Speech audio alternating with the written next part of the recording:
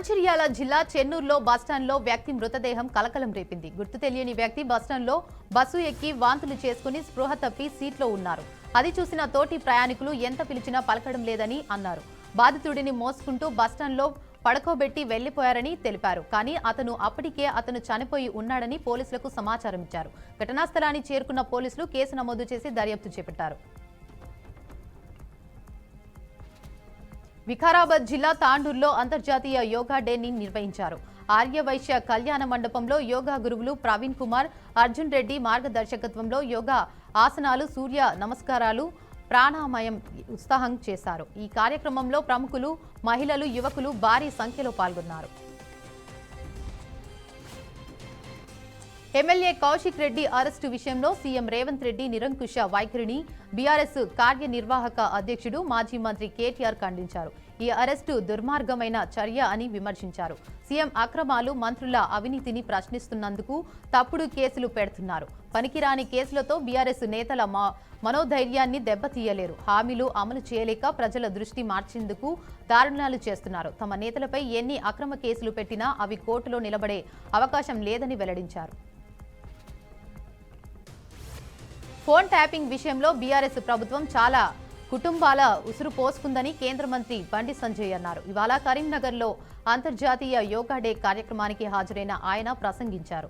Phone tapping విషయంలో తాను మొదటి నుంచి అన్ని విషయాలను చెప్పుకుంటూ వస్తున్నానని అన్నారు.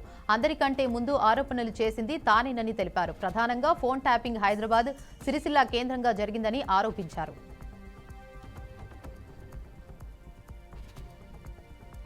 హుజురాబాద్ బీఆర్ఎస్ ఎమ్మెల్యే పాడి కౌశిక్ రెడ్డిని పోలీసులు అరెస్ట్ చేశారు. మనోజ్ రెడ్డి అనే వ్యాపారిని బెదిరించిన కేసులో సుబేదారి పోలీసులు శంషాబాద్ ఎయిర్పోర్టులో ఆయనను అదుపులోకి తీసుకున్నారు. మనోజ్ భార్య ఇచ్చిన ఫిర్యాదు ఆధారంగా వరంగల్ సుబేదారి పోలీస్ స్టేషన్లో కేసు నమోదైంది. ఫిర్యాదులో 50 లక్షల రూపాయలు డిమాండ్ చేస్తూ బెదిరించారని తెలిపింది. అరెస్టు అనంతరం కౌశిక్ రెడ్డిపై హైదరాబాద్ నుంచి సుబేదారి పోలీస్ స్టేషన్కు తరలించారు.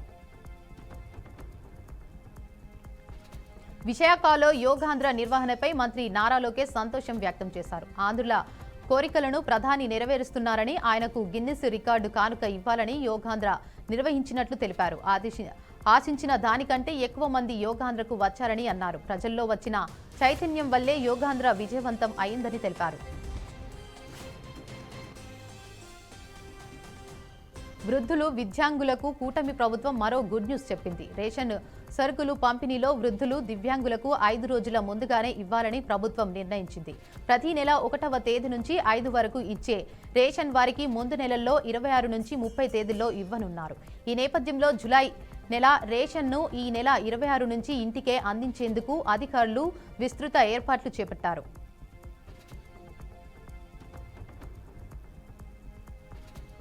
కలియుగ ప్రత్యక్ష దైవం తిరుమల శ్రీ వెంకటేశ్వర స్వామి వారిని నిత్యం వేలాది మంది భక్తులు దర్శించుకుంటున్నారు.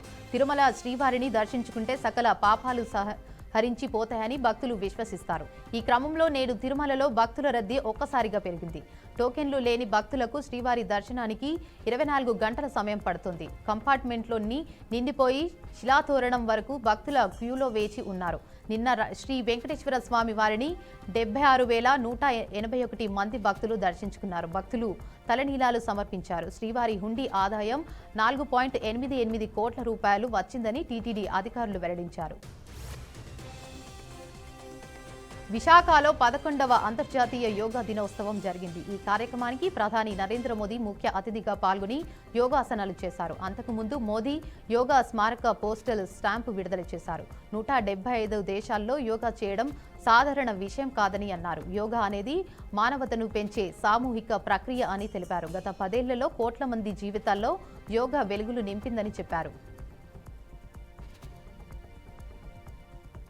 కదులుతున్న ట్రైన్లో దోపిడీ దొంగలు బీభత్సం సృష్టించిన ఘటన పద్మావతి ఎక్స్ప్రెస్లో ఇవాళ చోటు చేసుకుంది. సికింద్రాబాద్ నుంచి తిరుపతికి ప్రయాణికులతో పద్మావతి ఎక్స్ప్రెస్ బయలుదేరింది. ఈ క్రమంలోనే ట్రైన్ సరిగ్గా కావలి శ్రీ వెంకటేశ్వర పాలెం వద్దకు రాగానే మొత్తం 3 బోగిల్లో దోపిడీ దొంగలు చొరబడ్డారు. అనంతరం 3 మహిళల ఒంటిపై ఉన్న 40 గ్రాముల బంగారంతో పాటు 20,000 రూపాయల నగదు, ఓ సెల్ ఫోన్ లాక్కొని అక్కడి నుంచి పరారయ్యారు.